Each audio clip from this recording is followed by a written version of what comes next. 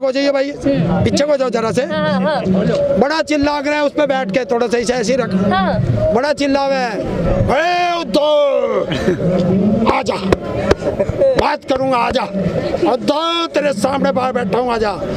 और जब उसे पकड़ के ले जा रहे थे, वीडियो तो तम जैसो नहीं दिखाई भाई, दिखा नू था, नू भाग रहा था है। और मीडिया से पूछना चाहता हूँ, उस गाय के पेशाब को बेच रहा है 40 रुपए लीटर, और किसान का दूध बिक रहा है 30 रुपए लीटर है। तो किसान दूध पीवेगा या उस गाय का दूध पीवेगा रामदेव वाली का? बता भाई।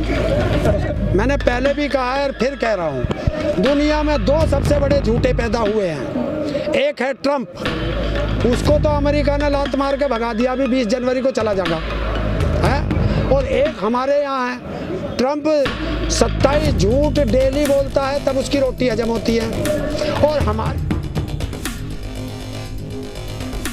साथ हरिंदर विकलांग जी मौजूद हैं। हरिंदर जी, जानना चाहेंगे आपसे कि 30 तारीख को वार्ता होनी है किसानों के साथ, क्या लगता है कि कुछ हल निकल कर आएगा क्या?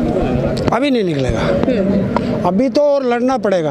अच्छा। हाँ देखो, सबसे पहले ये झूठ बोलते हैं, इन्होंने मीडिया में चलाया, देश को गुमराह करने के लिए इन्होंने कहा कि हम बात करने के लिए तैयार हैं, किसान बात नहीं करने के लिए तैयार है। और किसानों को हमने कहा है कि समय आप निश्चित कर लें, डेट आप निश्चित कर लें, कहाँ बात करनी है ये निश्चित कर लें। तो अब हमने इनको बताया, तुरंत जवाब दिया गया, हमारे बड़ों ने जवाब दिया कि भाई हम 29 तारीख को आ रहे हैं, 27 और 28 हमारे यहाँ छोटे साहबजादे का शहीदी दिवस था, तो उसे मनाएंगे।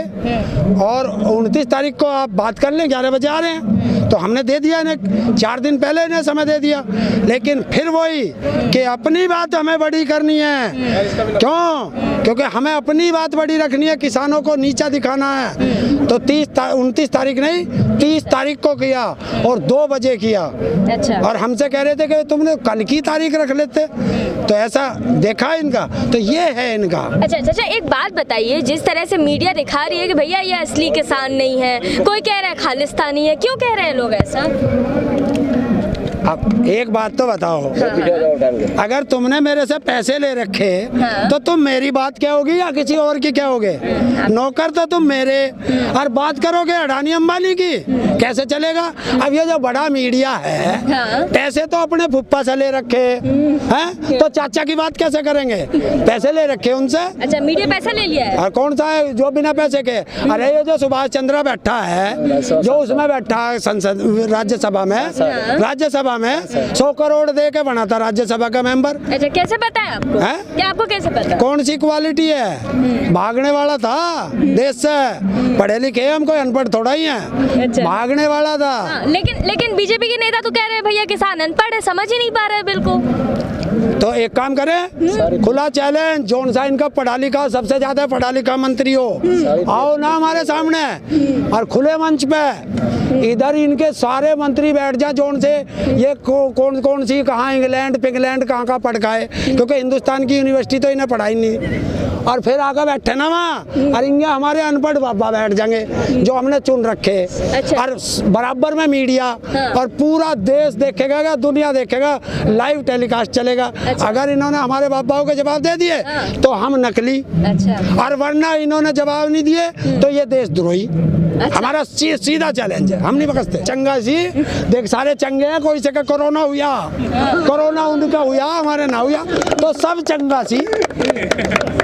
और बताओ भैया, विपक्ष करा रहा है सब कुछ, जो आंदोलन हो रहा है वो विपक्ष करा रहा है। हाँ, ये बहुत बढ़िया सवाल है, सारा विपक्षी करावे है। विपक्ष में अपना तो संभाल नहीं रहा। अच्छा है? अरे 2013 में कौन था विपक्ष है? जब ये थे, तो ये सरकारों की एक चाल होती है। अच्छा। कि जब सरकार अपनी बात से भागना शुरू करती है तो वो और कोई तो नहीं, कोई मिला नहीं। अच्छा। देखिए, इन्होंने खालिस्तानी कहा, वो इनका फेल हो गया। इन्होंने पाकिस्तानी कहा, वो फेल हो गया। इन्होंने टुकड़े टुकड़े गैंग कहा, वो नहीं चला। इन्होंने चीन से, पाकिस्तान से, कहाँ से फंडिंग बता दी। मैं इनसे पूछना चाहता हूं, देश के प्रधानमंत्री महोदय से खुला चैलेंज है कि जब आप 2013 में चुनावी सभाएं कर रहे थे और दूसरी प्रधानमंत्री थे, तब आपने ये कहा था कि ईडी आप पे, आरबीआई आप पे, देश की सेना आपके हाथ में, सारा देश आपके हाथ में, तो विदेशों से फंडिंग कैसे आ गई? मैं अब इनसे पूछना चाहता हूं। और अगर विदेशों से हमारे पास फंडिंग आ गई और इसमें खालिस्तानी आ गए और इसमें टुकड़े टुकड़े गैंग आ गए, इसमें माओवादी आ गए, इसमें नक्सली आ गए, तो जमना पड़ी है देश के प्रधानमंत्री जी के लिए और देश के गृह मंत्री जी के लिए, डूब के मर जाएं उसमें। खुला चैलेंज है, कैसे आ गए? और अगर हम पाकिस्तानी हैं तो हम हिंदुस्तान में घुसे कैसे? हम अभी तक जिंदा कैसे हैं? अर्नब गोस्वामी बोलता है ये लोग किसान नहीं है, बता रहे टीवी में बता रहे। अरे यार उसका नाम मत ले, वो तो दल्ला है बीजेपी का। उसका काम क्या? अभी एक दिन आया था ना, एक दिन पकड़ लिया था पुराने केस में। अरे ऐसे जब तो बड़ा चिल्ला रहा था, जरा सा पीछे को जाइए भाई, पीछे को जाओ जरा से, बड़ा चिल्ला रहा है उस पे बैठ के, थोड़ा सा ऐसे ही रख, बड़ा चिल्लावे है, आजा बात करूंगा, आजा उद्धव तेरे सामने बाहर बैठा हूँ, आजा।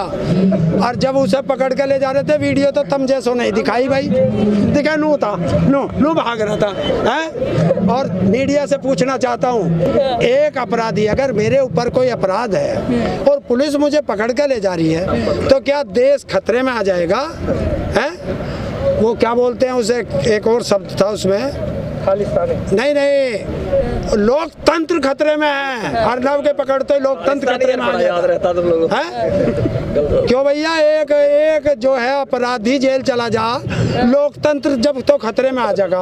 और ये जो ये इतने खालिस्तानी पाकिस्तानी बताए, ये पड़े यहाँ बेचारे किसान जो देश का अन्नदाता है, इसके 35 दिन हो गए, इसे ना सुन रहा है। हर बॉर्डर पे पड़े लगभग 30 लाख किसान पड़ा है। अगर यो भी ना दिखाई दे रहा हो तो मोदी जी, अमित शाह जी और जो भी और बाकी अगला वाला है, क्योंकि उनकी हैसियत ना, वे तो ऐसे जैसे चपरासी बाकी वाले, सबसे पूछ लो कि पहले क्वांटिटी बताए कितने चाहिए बॉर्डर पे, बतावे तो कितने किसान चाहिए इन्हें बॉर्डर पे। सबको यहीं बुलावे, हमारे बालक भी आ जाए। नहीं दिख रहे हैं आप किसानों के साथ? यार उसका नाम मत ले, क्यों नाम ले उसका? वो बाबा है, बताओ कैसे है वो बाबा? है गेरुआ पहनते ना, गेरुआ पहनते हैं। अरे गधे को साबुन से नहाओगे घोड़ा हो जाएगा? बताओ आप, है नहीं होगा। अरे वो इस वाला है, एक चूहे को कत्तर पागी, गांव में कहावत है, चूहे को कत्तर पागी तो बजाज बन बैठा है भाई। वो व्यापारी है और वो भी अडानी अंबानी का बाप है। वो जब बहुत बोलता था, जब दूसरी सरकार थी, कि अगर ये आ गए वो 15 लाख सबके खाते में आ जाएंगे, पेट्रोल 25-30 रुपए लीटर मिल जाएगा। मैंने तो बताई थी, मगर फालतू फेंक रहा। बोले ना सही कह रहा। अब बोले भाई सही कह रहा, मगर बाबा ने आंख मारी थी, जब देखा था नहीं, मारी थी नहीं मारी थी। और दूसरी चीज देखिए, वो हर चीज बेच रहा। कौन सी खेती कर रहा है भाई? वो कौन सा फार्म है उसका किच्छा में? मुझे बता दे। कौन सा फार्म है उसका पंजाब में? कौन सा फार्म है उत्तराखंड में? है कौन सी गाय पाल रखी, वो गाय का दूध बेच रहा है, घी बेच रहा है। गाय का बाथरूम जिसे पेशाब कहें, उस गाय के पेशाब को बेच रहा है 40 रुपए लीटर। और किसान का दूध बिक रहा है 30 रुपए लीटर। है तो किसान दूध पीवेगा या उस गाय का मूत्र पीवेगा? रामदेव वाली का बता भाई। शहद में मिलावट है उसकी। हाँ, सारे मधुमक्खी के फार्म उसी के हैं। अरे हिंदुस्तान में शहद है ही कितना। और तू कोई सी कंपनी के दौरे चला जा, आज कह दे 100 ट्रक शहद चाहिए, सारे ला देंगे। सारे चीनी घोल के बना रहे। ऐसे तो हमारे यहाँ बेचते फिरो, जहाँ वहीं चीनी घोले और हमें बेच जाए। तो भैया ये सब बेकार है। रामदेव सबका इलाज कर रहा, अपनी आँख का इलाज आज तक क्यों नहीं हुआ उससे? ये तो देश के गद्दार लोगों वाले RSS हैं। जब देश आज़ाद हुआ था, एक तरफ देश की आज़ादी की लड़ाई लड़ने वाले खड़े थे, एक तरफ जयचंद खड़े थे उनके साथ अंग्रेजों के, और ये RSS उन अंग्रेजों के साथ खड़ी थी। तो ये देश के वफादार कैसे हो सकते हैं?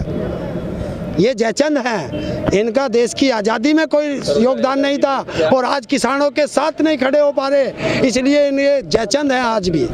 मैंने पहले भी कहा है और फिर कह रहा हूँ, दुनिया में दो सबसे बड़े झूठे पैदा हुए हैं। एक है ट्रंप, उसको तो अमेरिका ने लात मार के भगा दिया, अभी 20 जनवरी को चला जाएगा है।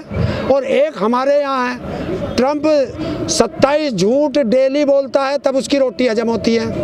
और हमारे जो दाढ़ी वाले बाबा हैं ये 23 झूठ डेली बोलते हैं। कोई एक चीज़ बता दे जिस पे बात करें। बात सुनो, जब इन्होंने कहा था 2011 में ये गुजरात के मुख्यमंत्री थे, इन्होंने तब सरकार से कहा था कि एमएसपी पे गारंटी का कानून चाहिए, तब ये दूसरों से मांग रहे थे। आज सत्ता इसके हाथ में तो बनाता क्यों नहीं?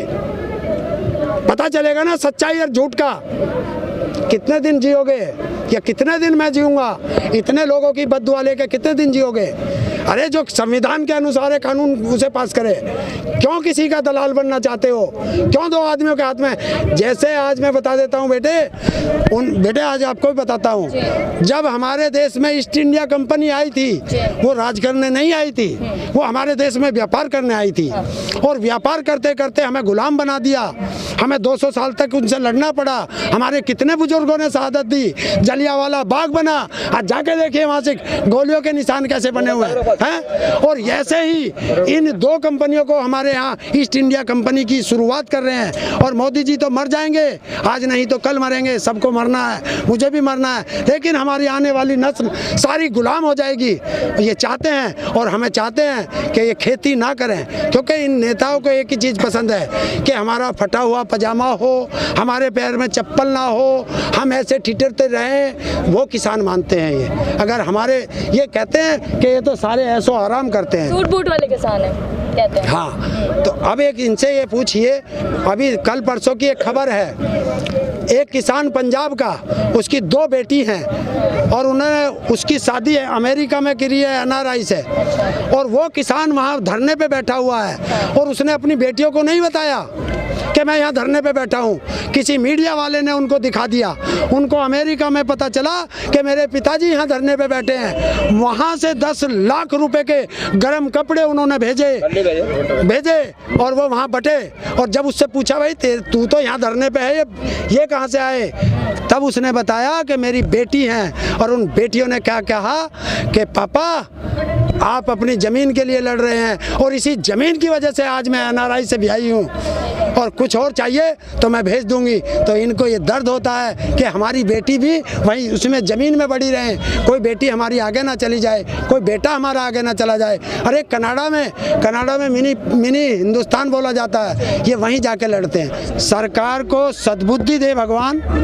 और मैं कहता हूँ मोदी जी और अमित शाह, आज मैं नाम ले रहा हूँ, वरना तो मैं इन्हें कुछ और ही कहता हूँ, पर आज मैं इन्हें कह रहा हूँ क्योंकि संदेश की बात है। नहीं, अब संदेश का बात है, संदेश तो सम्मानित देना चाहिए। मैं उन्हें संदेश देना चाहता हूँ कि देश का अन्नदाता सड़क पर पड़ा है और हम कसम खा कर के आए हैं, या तो बिल वापसी नहीं होगी तो घर वापसी कभी नहीं होगी हमारी। और मान लीजिए, किसी की दलाली मत करिए, किसान की बात मानिए, तीनों बिल फाड़िए, एमएसपी पे गारंटी का कानून बनाइए और तुम राज करो और हम खेती करें। ऐसा राज करें। और आपका नाम क्या? हरेंद्र विकलांग।